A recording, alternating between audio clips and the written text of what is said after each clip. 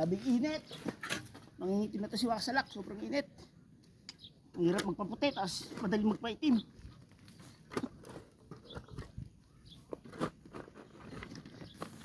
Pok muna. Pampalamig.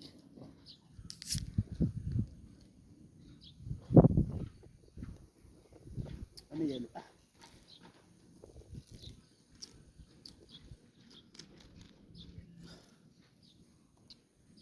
Hirap.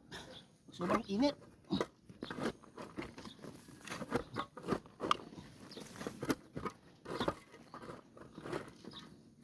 Mangingitim si Wasalak sa sobrang init. Ma-stroke pa tayo nito. Sobrang init.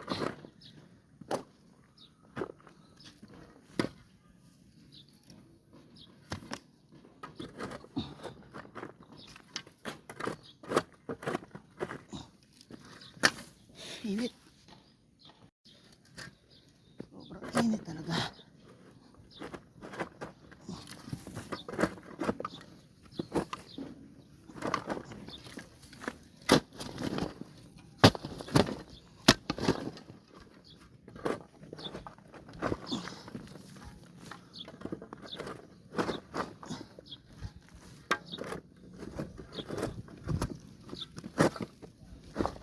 Islander pa yung chinelas ko, mapupudpud lang. Mahal-mahal ng islander, 400 lang. Mapupudpud lang sa contraction.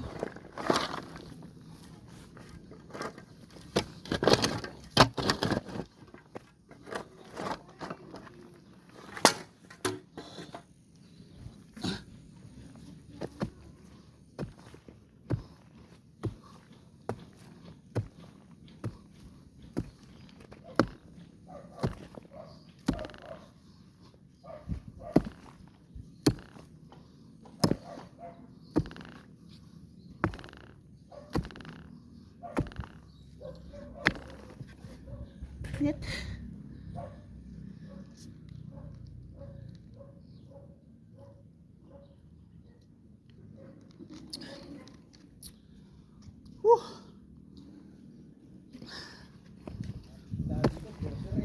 Ha?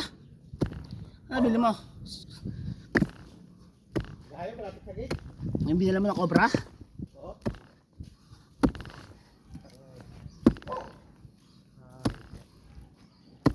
Kaya palang tagal mo.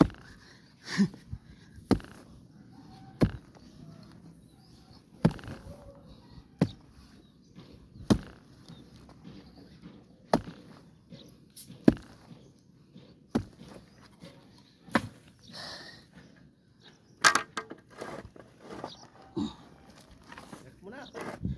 Hindi. Tapos ito. Pahinga siyempre po tayo init-init eh. Patay tayo niya pag tayo nagpahinga. Video ako eh. Malo may makakita sa kaya tulungan tayo ni Rosmar. Tama tulungin niyo, may mga ano ngayon eh, Shopee. Tulong niya kay Diwata, tulong sa mahirap. Kaya milyo tas bahay. No? Kita sila kay Diwata eh.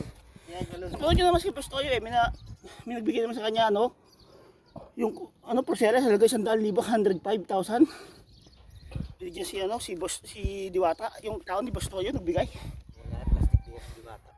Yeah, hindi si Diwata, wala naman, napakatano niya, doon lang sa social media yan. Oo. Init. Kami na natulungan mo dito, Rosmar, di ba? Nagbigay ng gold bar.